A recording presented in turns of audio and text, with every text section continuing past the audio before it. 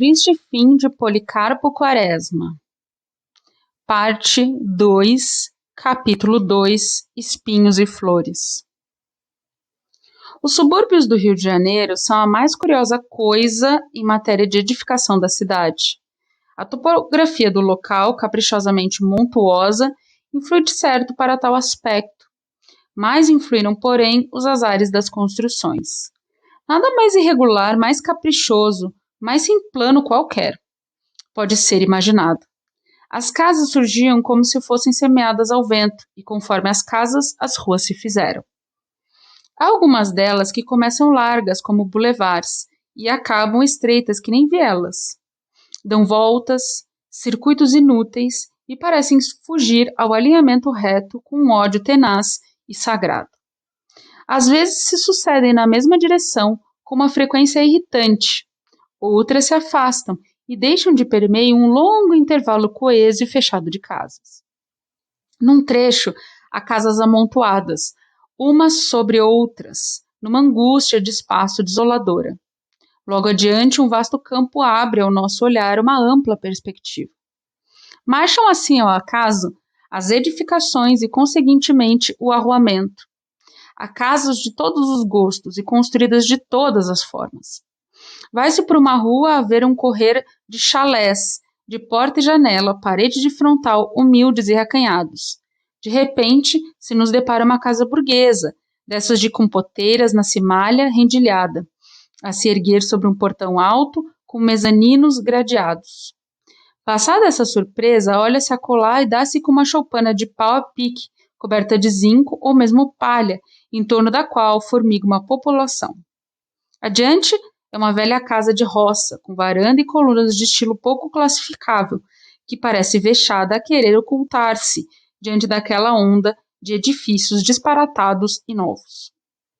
Não há nos nossos subúrbios coisa alguma que nos lembre os famosos das grandes cidades europeias, com as suas vilas de ar repousado e satisfeito, as suas estradas e ruas macadamizadas e cuidadas.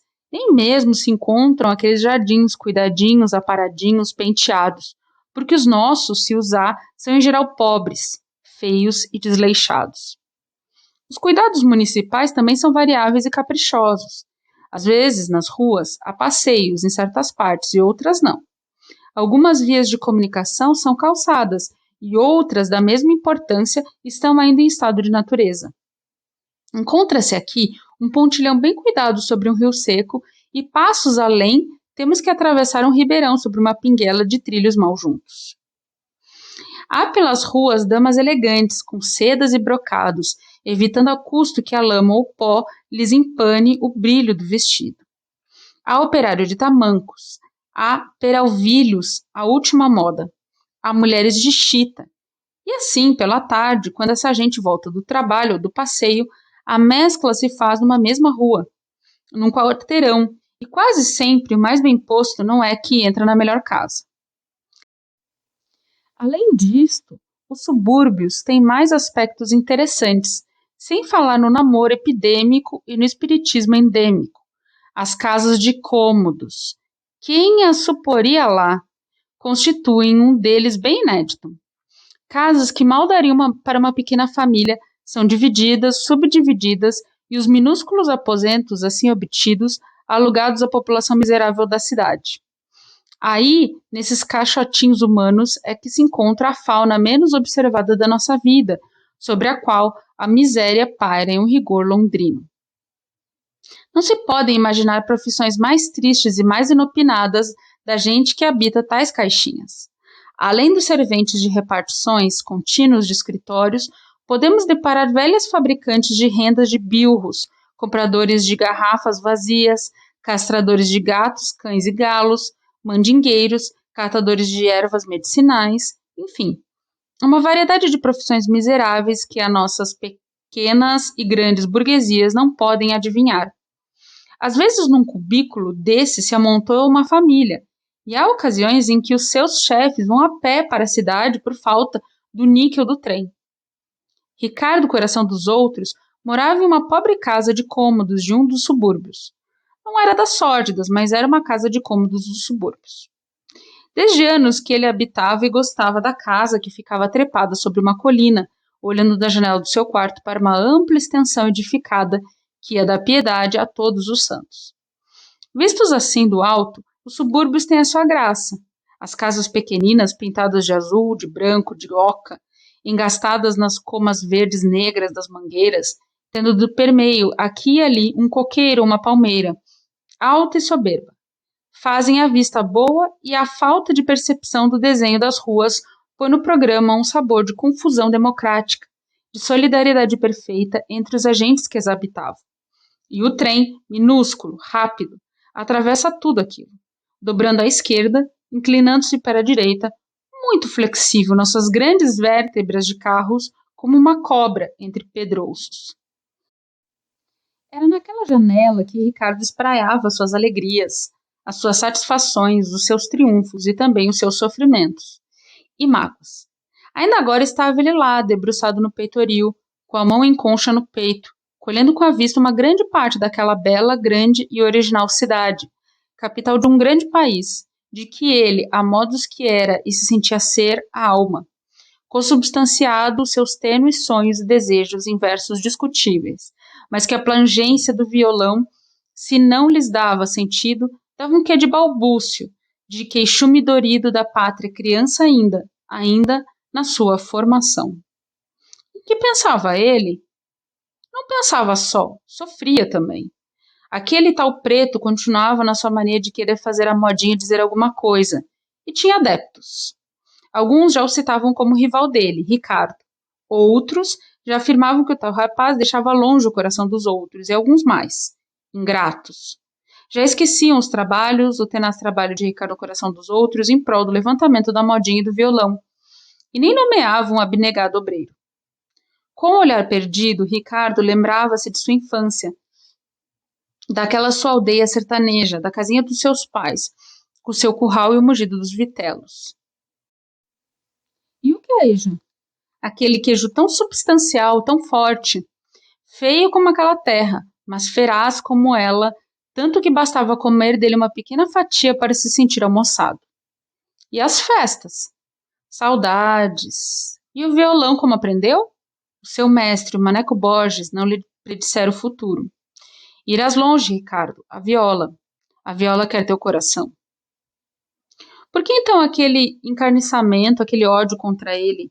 Ele que trouxera para esta terra de estrangeiros a alma, o suco, a substância do país. E as lágrimas lhe saltaram quentes dos olhos afora. Olhou um pouco as montanhas, farejou o mar lá longe. Era bela a terra, era linda, era majestosa, mas parecia ingrata e áspera no seu granito onipresente que se fazia negro e mau, quando não era amaciado pela verdura das árvores. Ele estava ali só com a sua glória e o seu tormento, sem amor, sem confidente, sem amigo, só como um Deus ou como um apóstolo em terra ingrata que não lhe quer ouvir a boa nova. Sofria em não ter um peito amado amigo, em que derramasse aquelas lágrimas que iam cair no solo, indiferente. Por aí lembrou-se dos famosos versos. Se choro, bebe o pranto a areia ardente. Com a lembrança, ele baixou um pouco o olhar à terra e viu que no tanque da casa, um tanto escondida dele, uma rapariga preta lavava. Ela abaixava o corpo sobre a roupa, carregava todo o seu peso, ensaboava ligeira, batia de encontro à pedra e recomeçava. Teve pena daquela pobre mulher, 2 vezes triste na sua condição e na sua cor. Veio-lhe um afluxo de ternura e depois pôs-se a pensar no mundo, nas desgraças, ficando um instante enleado no enigma do nosso miserável destino humano. A rapariga não o viu, distraída com o trabalho, e se pôs a cantar. A doçura dos teus olhos, a brisa inveja já tem. Era dele. Ricardo sorriu satisfeito e teve vontade de ir beijar aquela pobre mulher, abraçá-la. E como eram as coisas? Ele recebia a lenitiva daquela rapariga. Era só a humilde e dorida voz que vinha afagar o seu tormento. Vieram-lhe então à memória aqueles versos do padre Caldas, esse seu antecessor feliz que teve um auditório de fidalgas. Lereno alegrou os outros, e nunca teve alegria. Enfim, era uma missão. A rapariga acabou de cantar e Ricardo não se pôde conter. Vai bem, dona Alice, vai bem. Se não fosse, por que eu não lhe pedi bis? A rapariga estendeu a cabeça, reconheceu quem falava e disse: Não sabia que o senhor estava aí, senão não cantava na vista do senhor. Qual quê? Posso garantir-lhe que está bom, muito bom, cante. Deus me livre, para o senhor me criticar. Embora insistisse muito, a rapariga não quis continuar. As mágoas pareciam ter passado do pensamento de Ricardo. Veio ao interior do quarto e pôs-se à mesa na intenção de escrever. O seu quarto tinha um mobiliário mais reduzido possível. Havia uma rede com franjas de rendas, uma mesa de pinho, sobre ela objetos de escrever, uma cadeira, uma estante com livros e pendurado a uma parede o violão na sua armadura de camurça. Havia também uma máquina para fazer café. Sentou-se e quis começar uma modinha sobre a glória. Essa coisa fugaz, que se tem e se pensa, que não se tem, alguma coisa impalpável, incolível com um sopro, que nos alanceia, queima, inquieta e abrasa como o amor. Tentou começar, dispôs o papel, mas não pôde. A emoção tinha sido forte. Toda a sua natureza tinha sido lavrada, baralhada, com a ideia daquele furto que se queria fazer ao seu mérito. Não conseguiu assentar o pensamento, espalhar as palavras no ar, sentir a música zumbir no ouvido. A manhã ia alta. As cigarras defronte chilreavam no tamarineiro desfolhado. Começava a esquentar e o céu estava de um azul ligeiro, tênue, fino. Quis sair, procurar um amigo, esparecer com ele. Mas quem? Ainda se o Quaresma... o Quaresma. Esse sim trazia-lhe conforto e consolo. É verdade que ultimamente esse seu amigo se achava pouco interessado pela modinha, mas assim mesmo compreendia o seu propósito, os fins e o alcance da obra a que ele, Ricardo, se propunha. Ainda se o major estivesse perto, mas tão longe, consultou as algibeiras, não chegava a 2.000 réis a sua fortuna. Como ir? Arranjaria um passe e iria. Bateram à porta. Traziam-lhe uma carta. Não reconheceu a letra, rasgou o envelope com emoção. Quem seria? Leu. Meu caro Ricardo. Saúde. Minha filha que nota casa-se depois de amanhã, quinta-feira. Ela e o noivo fazem muito gosto que você apareça. Se o amigo não estiver comprometido com alguém, agarre o violão e venha até cá tomar uma chávena de chá conosco. Seu amigo Albernaz. O trovador, à proporção que lia, ia mudando de fisionomia. Até então estava carregada e dura. Quando acabou de ler o bilhete, um sorriso brincava por toda ela. Descia e subia, ia de uma face à outra. O general não o abandonara. Para o respeitável militar, Ricardo Coração dos Outros ainda era o rei do violão. Iria e arranjaria passagem para o antigo vizinho de Quaresma. Contemplou um pouco o violão, demoradamente, ternamente, agradecido como se fosse um ídolo benfazejo. Quando Ricardo penetrou em casa do general Albernaz, o último brinde havia sido levantado e todos se dirigiam para a sala de visitas em pequenos grupos. Dona Maricota vestia seda malva e o seu busto curto parecia ainda mais abafado, mais socado, naquele tecido caro que parece requerer corpos elegantes e flexíveis. Quinota estava radiante no vestido de noiva. Ela era alta, de feições mais regulares que a irmã Ismênia, mas menos interessante e mais comum de temperamento e alma, embora faceira. Lalá, a terceira filha do general, que já se ajeitava à moça, tinha muito pó de arroz, estava sempre a consertar o penteado e a sorrir para o tenente Fontes. Um casamento bem cotado e esperado. Genelício dava o braço à noiva, encasacado numa casaca mal talhada, que punha bem à mostra a sua gibosidade e caminhava todo atrapalhado nos apertados sapatos de verniz. Ricardo não os viu passar, pois, ao entrar, a fila estava no general, metido no segundo uniforme dos grandes dias, que lhe ia mal como a farda de um guarda nacional endomigado. Mas quem tinha um ar importante, marcial e navegado, ao mesmo tempo palaciano, era o contra-almirante Caldas. Fora padrinho e estava irrepreensível em sua casaca do uniforme. As âncoras reluziam como metais de bordo em hora de revista e os seus favoritos, muito penteados, alargavam a sua face e pareciam desejar com ardor os grandes ventos do vasto oceano sem fim. Ismene estava de rosa e andava pelas salas com seu ar dolente, com seu vagar, com seus gestos lentos, dando providências. O Lulu, o único filho do general, impava no seu uniforme do colégio militar, cheio de dourados e cabelos, tanto mais que passara de ano graças aos empenhos do pai. O general não tardou em vir falar com Ricardo, e os noivos, quando o trovador os cumprimentou, agradeceram-lhe muito, e até Quinota disse-lhe "sou muito feliz", deitando a cabeça de lado e sorrindo para o chão, sorriso que encheu de imenso transporte a cândida alma do menestrel.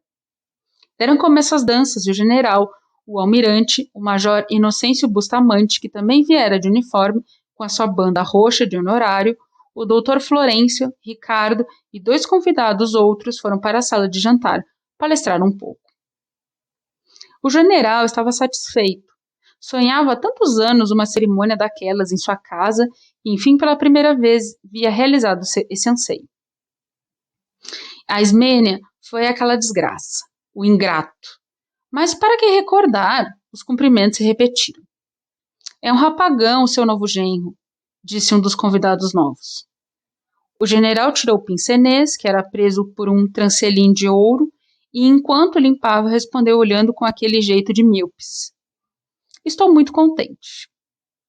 Por aí, pôs o pincenez, endireitou o trancelim e continuou: "Creio que casei bem, minha filha. Rapaz formado, bem encaminhado e inteligente." O almirante acudiu: "E que carreira! Não é por ser meu parente, mas com 32 anos, primeiro escriturário do Tesouro, é coisa nunca vista." "O Genelício não está no Tribunal de Contas, não passou?" perguntou Florêncio. "Passou, mas é a mesma coisa", replicou outro convidado novo, que era da amizade do recém-casado. De fato, Genelício tinha arranjado a transferência e não fora só isso que o decidira casar-se. Tendo escrito uma síntese de contabilidade pública científica, viu-se sem saber como cumulado de elogios pela imprensa desta capital. O ministro, atendendo ao mérito excepcional da obra, mandou-lhe dar 2 contos de prêmio, tendo sido a edição feita à custa do Estado na imprensa nacional. Era um grosso volume de 400 páginas, tipo 12, escrito em estilo de ofício, com uma vasta documentação de decretos e portarias, ocupando 2/3 do livro. A primeira frase da primeira parte, o quinhão do livro verdadeiramente sintético e científico, fora até muito notada e gabada pelos críticos, não só pela novidade da ideia, como também pela beleza da expressão. Dizia assim: "A contabilidade pública é a arte ou ciência de escriturar convenientemente a despesa e receita do Estado." Além do prêmio da transferência, ele já tinha a promessa de ser subdiretor na primeira vaga. Ouvindo tudo isso que tinham dito o almirante, o general e os convidados novos, o major não pôde deixar de observar: "Depois da militar, a melhor carreira é a da fazenda, não acham?" "Sim, bem entendido", fez o doutor Florêncio. "Eu não quero falar dos formados", apressou-se o major. "Esses..." Ricardo sentia-se na obrigação de dizer qualquer coisa e foi soltando a primeira frase que lhe veio aos lábios.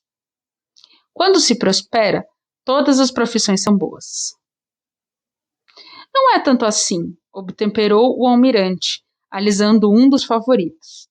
"Não é para desfazer das outras, mas a nossa, hein, Albernaz? Hein, Inocêncio?" Albernaz levantou a cabeça como se quisesse apanhar no ar uma lembrança e depois replicou: Mas tem os seus percalços. Quando se está numa atrapalhada, fogo daqui, tiro dali, morre um, grita outro, como em Curapaiti, então." "O senhor esteve lá, general?" perguntou o convidado amigo de Genelício. "Não estive, adoeci e vim para o Brasil. Mas o camisão, imagina o que foi. Você sabe, não é, Inocêncio?" "Sim, estive lá." "Polidoro tinha ordem de atacar Salce, Flores à esquerda e nós caímos sobre os paraguaios. Mas os malandros estavam bem entrincheirados, tinham aproveitado o tempo." "Foi seu Mitre", disse Inocêncio. Foi! Atacamos com fúria. Era ribombardo de canhões que metia medo, bala por todo canto. Os homens morriam como moscas, um inferno. Quem venceu? Perguntou dos convidados novos. Todos se entreolharam admirados, exceto o general que julgava a sabedoria do Paraguai excepcional. Foram os paraguaios, isto é, repeliram o nosso ataque. É por isso que eu digo que a nossa profissão é bela, mas tem as suas coisas. Isso não quer dizer nada. Também na passagem de Humaitá, ia dizendo o almirante. O senhor estava a bordo? Não, eu fui mais tarde. Perseguições fizeram com que eu não fosse designado, porque o embarque equivalia a uma promoção. Mas na passagem de Humaitá, na sala de visitas as danças continuavam com admiração. Era raro que alguém viesse de dentro até onde eles estavam. Os risos, a música e o mais que se adivinhava não distraíam aqueles homens das suas preocupações belicosas. O general, o almirante e o major enchiam de pasmo aqueles burgueses pacíficos contando batalhas em que não estiveram e pugnas valorosas que não pelejaram. Não há como um cidadão pacato, bem comido, tendo tomado alguns vinhos generosos para apreciar as narrações de guerra. Ele só vê a parte pitoresca, a parte, por assim dizer, espiritual das batalhas, dos encontros. Os tiros são os de salva, e se matam é coisa de somenos. A morte mesmo, nas narrações feitas assim, perde a sua importância trágica. 3.000 mortos só. De resto, contadas pelo general Albernaz, que nunca tinha visto a guerra, a coisa ficava edulcorada. Uma guerra biblioteque, rose. Coisa de estampa popular, em que não aparecem a carniçaria, a brutalidade e a ferocidade normais. Estavam Ricardo, Dr. Florencio, o exato empregado como engenheiro das águas, aqueles dois recentes conhecimentos de Albernaz, embevecidos, boquiabertos, invejosos, diante das proezas imaginárias daqueles 3 militares. Um honorário, talvez o menos pacífico dos 3, o único que tivesse mesmo tomado parte em alguma coisa guerreira. Quando Dona Maricota chegou sempre diligente, ativa, dando movimento e vida à festa. Era mais moça que o marido. Tinha ainda inteiramente pretos os cabelos na sua cabeça pequena, que contrastava tanto com o seu corpo enorme. Ela vinha ofegante e dirigiu-se ao marido. Então, Chico, que é isso? Ficou aí e eu que faço a sala, que anime as moças. Para a sala, todos! Já vamos, Dona Maricota, disse alguém. Não, fez com rapidez a dona da casa. É já! Vamos, seu Caldas, seu Ricardo, os senhores. E foi empurrando um a um pelo ombro. Depressa, depressa, que a filha do Lemos vai cantar. E depois é o senhor. Está ouvindo, seu Ricardo? Pois não, minha senhora, é uma ordem. E foram. No caminho o general parou um pouco, chegou-se ao coração dos outros e perguntou. Diga-me uma coisa, como vai o nosso amigo Quaresma? Vai bem. Tem-lhe escrito? Às vezes. Eu queria, general. O general suspendeu a cabeça, levantou um pouco o piscenês que começava a cair e perguntou. O quê? Ricardo ficou intimidado com o ar marcial com que Albernaz lhe fez a pergunta. Depois de uma ligeira hesitação, respondeu de um jato, com medo de perder as palavras. Eu queria que o senhor me arranjasse uma passagem, um passe para ir vê-lo. O general esteve uns instantes de cabeça baixa, coçou o cabelo e disse. Isso é difícil, mas você apareça lá, na repartição amanhã. E continuaram a andar. Ainda andando, o coração dos outros acrescentou. E estou com saudades dele. Depois, tenho certos desgostos. O senhor sabe, um homem que tem nome. Vá lá amanhã. Dona Maricota apareceu na frente e falou agastada. Vocês não vêm! Já vamos, fez o general. E depois, dirigindo-se a Ricardo, ajuntou. Aquele Quaresma podia estar bem, mas foi meter-se com livros. É isso. Eu há bem 40 anos que não pego um livro. Chegaram à sala, era vasta, tinha 2 grandes retratos em pesadas molduras douradas, furiosos retratos a óleo de Albernaz e da mulher. Um espelho oval e alguns quadrinhos, e a decoração estava completa. Da mobília não se podia julgar, tinha sido retirada para dar mais espaço aos dançantes. A noiva e o noivo estavam no sofá sentados a presidir a festa. Havia um outro decote, poucas casacas, algumas sobrecasacas e muitos fraques. Por entre as cortinas de uma janela, Ricardo pôde ver a rua. A calçada defronte estava cheia. A casa era alta e tinha jardim. Só de lá os curiosos, os serenos, podiam ver alguma coisa da festa. Lalá, no vão de uma escada, conversava com o tenente Fontes. O general contemplou-os e abençoou-os com um olhar aprovador. A moça, a famosa filha do Lemos, dispôs-se a cantar. Foi ao piano, colocou a partitura e começou. Era uma romance italiana que ela cantou com a perfeição e o mau gosto de uma moça bem educada. Acabou. Palmas gerais, mas frias, soaram. O doutor Florencio, que ficara atrás do general, comentou. Tem uma bela voz essa moça. Quem é? É a filha do Lemos, o doutor Lemos da higiene, respondeu o general. Canta muito bem. Está no último ano do conservatório, observou ainda Albernaz. Chegou a vez de Ricardo. Ele ocupou um canto da sala, agarrou o violão, afinou, correu a escala, em seguida tomou o ar trágico de quem vai apresentar o Édipo Rei e falou com voz grossa. Senhoritas, senhores e senhoras. Parou. Consertou a voz e continuou. Vou cantar Os Teus Braços, modinha de minha composição, música e versos. É uma composição terna, decente e de uma poesia exaltada. Seus olhos por aí quase saíam das órbitas, emendou. Espero que nenhum ruído se ouça, porque senão a inspiração se evola. É o violão um instrumento muito, muito delicado. Bem, a atenção era geral. Deu começo. Principiou brando, gemebundo, macio e longo, como um soluço de onda. Depois houve uma parte rápida, saltitante, em que o violão estalava. Alternando um andamento e outro, a modinha acabou. Aquilo tinha ido ao fundo de todos, tinha acudido ao sonho das moças e aos desejos dos homens. As palmas foram ininterruptas. O general abraçou. Genelício levantou-se e deu-lhe a mão. Quinota, no seu imaculado vestido de noiva também.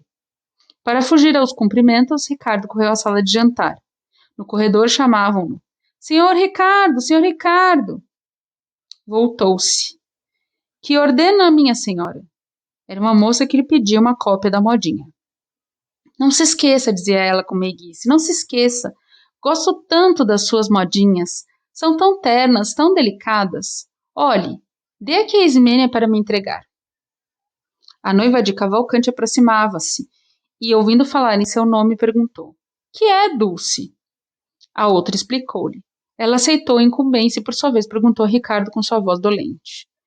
Seu Ricardo, quando é que o senhor pretende estar com Dona Adelaide? Depois de amanhã, espero eu. Vai lá? Vou. Então diga-lhe que me escreva. Eu queria tanto receber uma carta. E limpou os olhos furtivamente com seu pequenino lenço rendado.